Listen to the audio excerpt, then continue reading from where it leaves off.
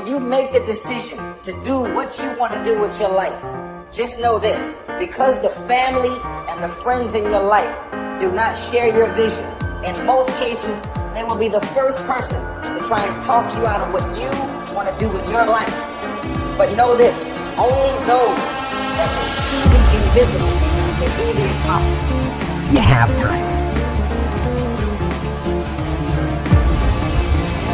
You have the knowledge and the willpower and the discipline to get it done. See, sometimes we can't say, I can do that.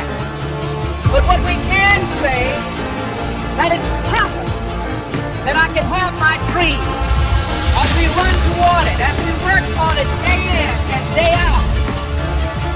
Why is it that we don't believe in ourselves? As soon as things get tough in our lives, we start doubting ourselves. We start thinking that we're not going to make it, stressing, worrying, imagining things that may go wrong in the future.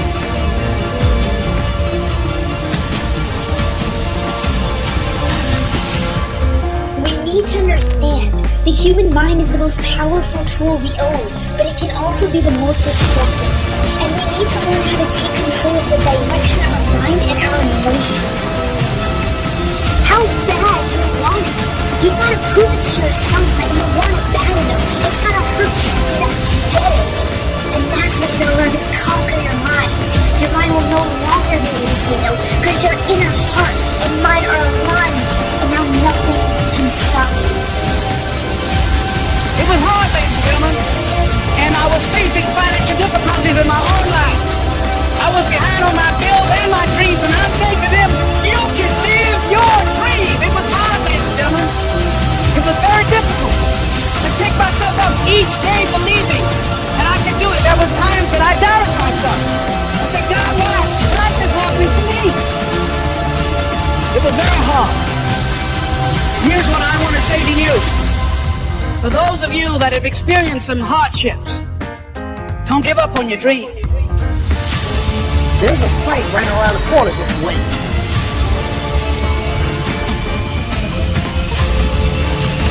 Give it a roll.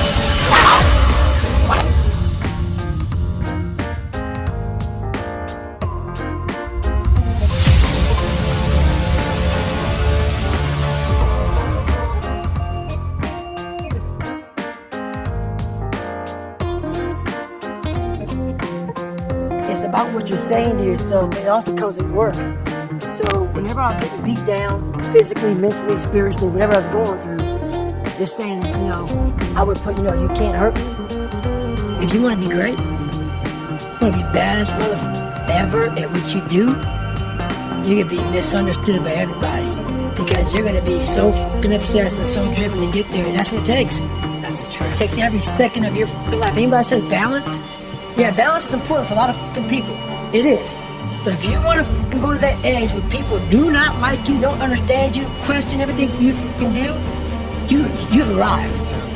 When you are misunderstood to the point where fucking people think you're psycho and you're nuts and you're this and that, why are you in the fucking gym at 1 o'clock in the fucking morning? You got to doing an op for fucking 13, 14 hours after Ranger School, man, at the gym. What's wrong?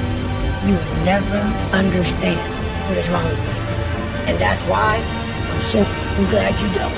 Because I'm in the right spot. When people don't understand you anymore, you're in that spot of obsession and drive. When people are like, what the fuck is wrong with this guy?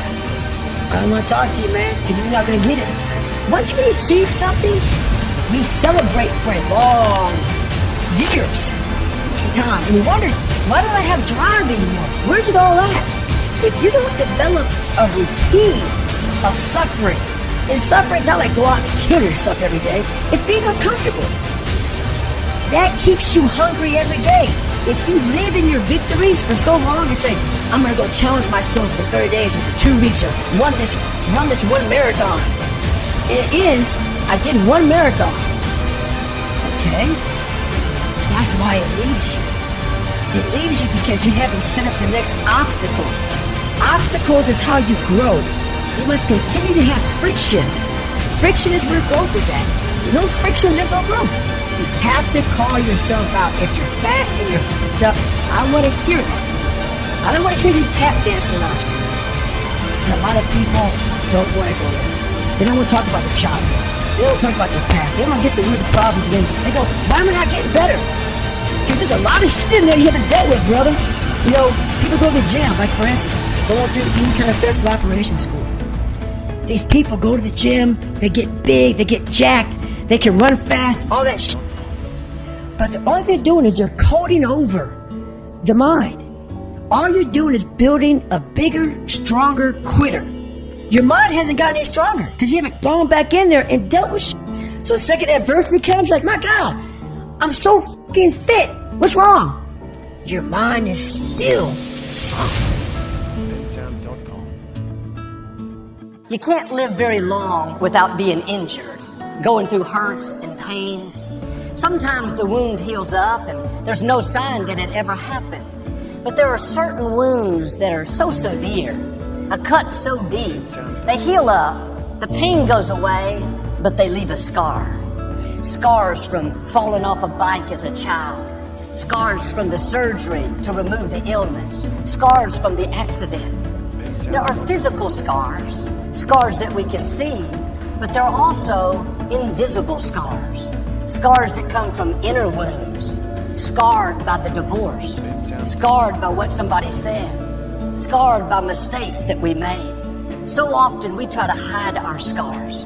We don't see anything positive about it. It reminds us of the hurt, the sickness, the betrayal. We wish they'd go away. But we need to see our scars in a new light. And that comes from just accepting yourself and actually instead of cursing the pain, because when you curse the pain and get angry at it, you get angry. Every cell of your being goes through that same anger. And what you want to do is just get to that peaceful place within yourself where you say, you know, when you trust in yourself, you're really trusting in the wisdom that created you. You know? And the wisdom that created you is infinite and it's formless. So your thoughts are in that same category. Have thoughts that are aligned with that divine presence. We become what we think about. Focus on what you want rather than focusing on what you don't want. Who do you want to be? Why are you here on this planet?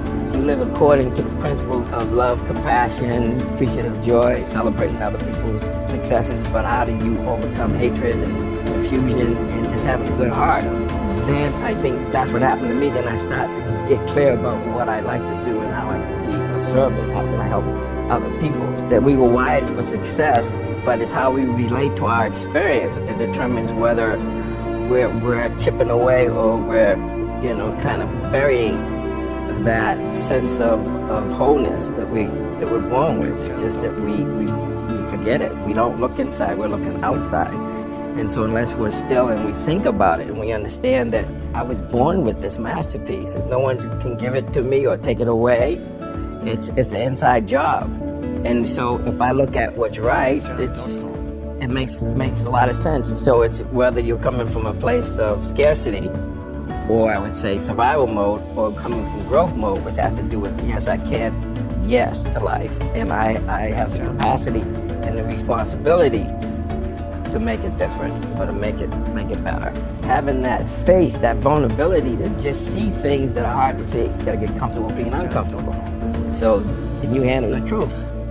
It's a question, and if you can't, then if you see that, then you can say, well, if I'm gonna change, I'm gonna have to figure out how to deal with that discomfort until the point that I can see what I need to see, then I can change it. So it's the persistence of continuing to do something until you can do it is most of the work. Is just continuing to make mistakes, learn from mistakes, but the mistakes are viewed as feedback, not as I'm a failure. It's just an event, not who we are.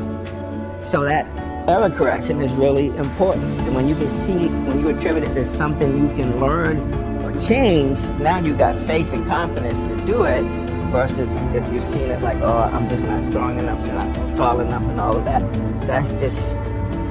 That's what I call a negative, when he's telling you can't do anything rather than saying, well, let me see what I can do.